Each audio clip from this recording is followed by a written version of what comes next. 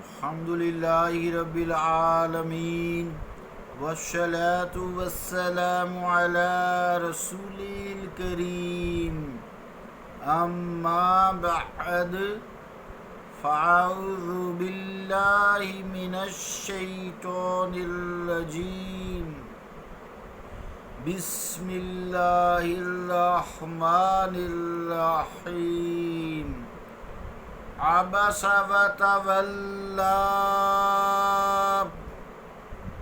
أن جاءه الأعمى صدق اللہ العظیم۔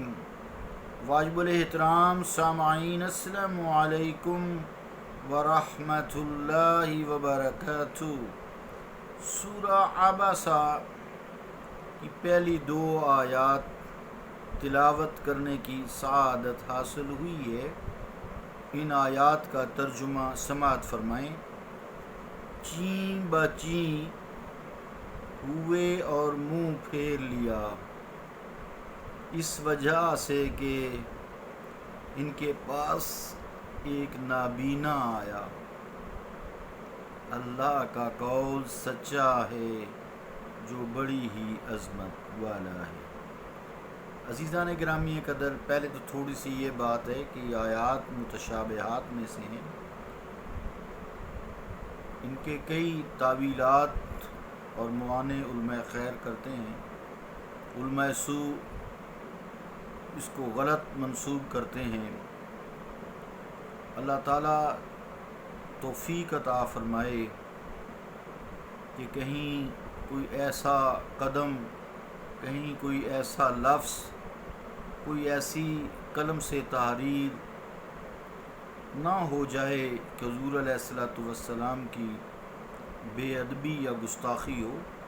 اس لیے ان آیات کی بحث میں ایسی آیات جتنی بھی ہیں، یہ بھی اور بھی خصوصی طور سے یہ والی، ان میں ہمیں نہیں پڑھنا چاہیے۔ بہرحال اللہ تعالیٰ کا کلام ہے، اس کی تشریح بھی ضروری ہے۔ مجھ میں تو خیر اتنی ہمت نہیں ہے۔ آئیے تفسیر کبیر وغیرہ یا دوسرے علماء خیر ہیں، اور تفسیر کبیر میں کسی عالم کا اختلاف بھی نہیں ہے، ان سے ہی استفادہ کرتے ہیں۔ عزیزان گرامی قدر، ہوا یوں کہ ایک روز بارگاہ رسالت میں قریش کے رئیس عتبہ، شیبہ، اسران ربیعہ، ابو جہل، امیہ بن خلف، ولید بن مغیرہ حاضر تھے۔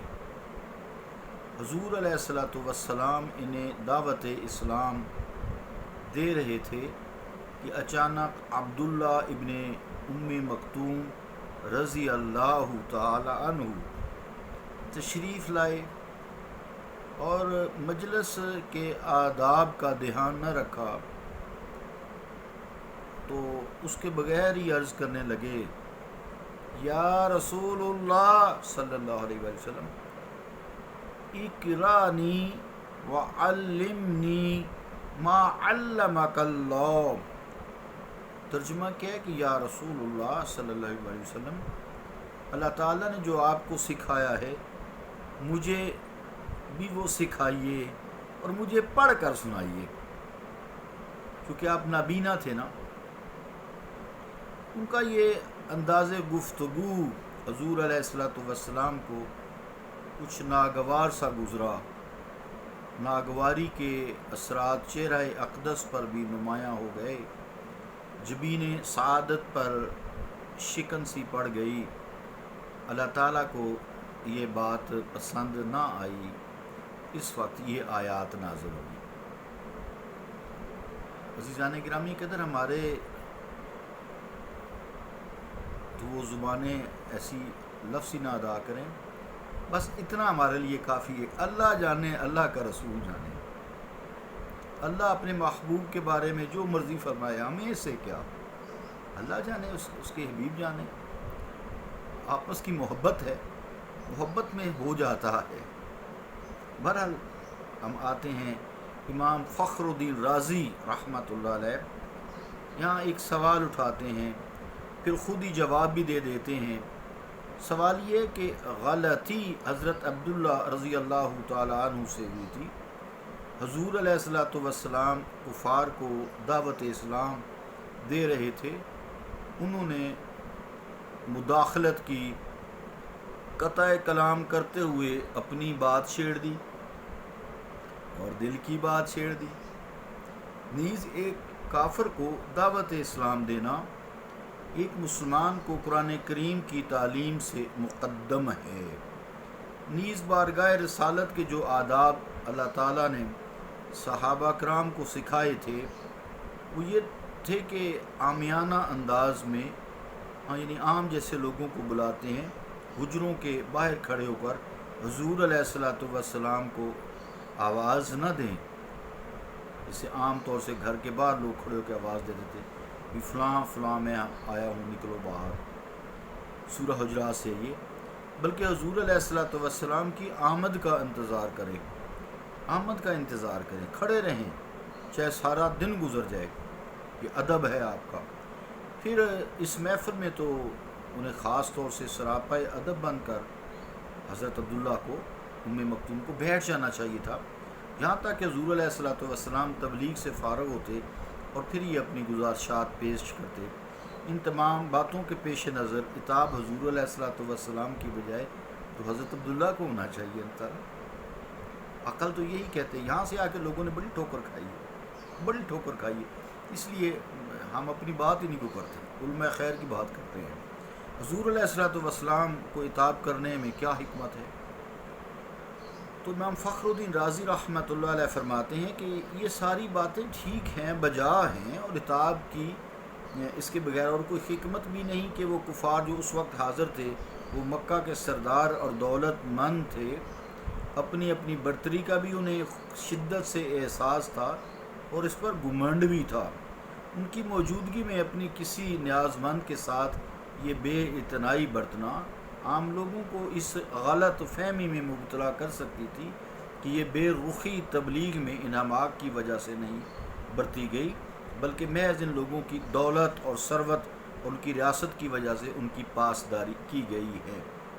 اور عبداللہ ام مکتوم کو رضی اللہ تعالیٰ عنہ کو محض اس لیے نظر انداز کیا گیا کہ یہ غریب عوام کے فرد ہیں، اور جس نبی کریم صلی اللہ علیہ وآلہ وسلم رؤوف الرحیم اللہ تعالیٰ نے بھیجا ہی غریب نواز بنا کر، رحمت للعالمین بنا کر، اور جن کا مقصد اولین ہی شکستہ دلوں اور غمزدوں کی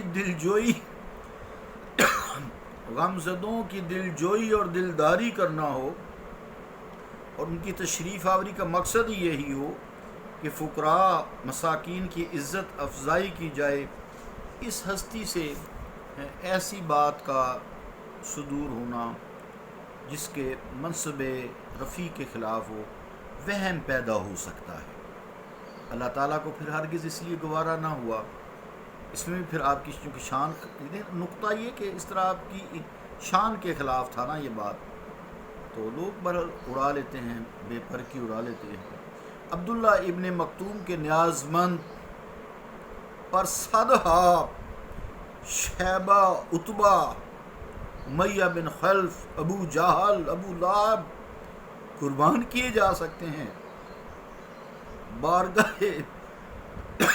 بارگاہ رسالت کے درویشوں اور فقیروں کی درویشی و فخر کے سامنے دنیا بھر کے رئیسوں کی، امیروں کی، سرداروں کی، بادشاہوں کی کوئی حقیقت نہیں. قطرائے آب وضوء قمبرے، قطرائے آب وضوء قمبرے، در بہا بر طرز خون کیسرے. قمبر کے وضو کا پانی کا قطرہ، ترجمہ فارسی کا، قمبر کے وضو کے پانی کا قطرہ قیصر جو بادشاہ ہے کہ خون ناب سے قدر و قیمت میں کہیں اونچا ہے شان میں. عزیزان گرامی قدر، لیکن اس عتاب میں بھی لطف و کرم ہے، پیار کے جلوے دمک رہے ہیں، عتاب کرتے ہوئے ابستا و تولیتا نہیں فرمایا، بلکہ غیاب کے پردے میں عتاب کیا گیا، کیونکہ روبروئے عتاب خاطر عاطر پر بہت گناہ گزرتا، حضور کی طبیعت پر بہت بوجھل ہوتا۔ کہتے ہیں اشارہ کنایا سے بات کی گئی۔ بزرگان گرامی قدر، ان آیات کے نزول کے بعد نبی مکرم علیہ السلام کی خدمت میں جب بھی حضرت عبداللہ ابن ام مکتوم تشریف لاتے، حاضر ہوتے، تو حضور علیہ السلام فرماتے مرحبا بمن عاتبنی فیہ ربی، خوش آمدید اے وہ شخص جس کے بارے میں میرے رب نے مجھے عتاب فرمایا۔ پھر پوچھتے حل لک من حاجہ، کہ کوئی کام ہے تو بتاؤ عبداللہ ام مکتوم۔ کسی مہم کے سلسلے میں حضور علیہ السلام بیرون مدینہ تشریف لے جاتے تو مدینہ میں اپنا کسی کو نائب بنا جاتے۔ حضرت عبداللہ رضی اللہ تعالیٰ عنہ کو یہ شرف 2 بار حاصل ہوا۔ حضرت عبداللہ کو نابینا کہنے میں ان کی تحقیر مقصود نہیں، بلکہ ان کی طرف سے معذرت پیش کی جا رہی ہے، یعنی یہ نابینا معذور تھے، نہ محفل کو دیکھ سکے، نہ حاضرین کو پہچان سکے، اور نہ انہیں یہ پتہ چلا کہ اس قدر آپ مصروف ہیں تبلیغ میں۔ ان کا نام عزیزان گرامی قدر عبداللہ بن شریح بن مالک بن ربیعہ الفاری ہے، عامر بن لوئی کے قبیلہ سے ہیں۔ امام راضی فخر الدین رازی فرماتے ہیں ام مکتوم ان کی دادی تھی، لیکن اکثر نے ام مکتوم کو ان کی والدہ لکھا ہے۔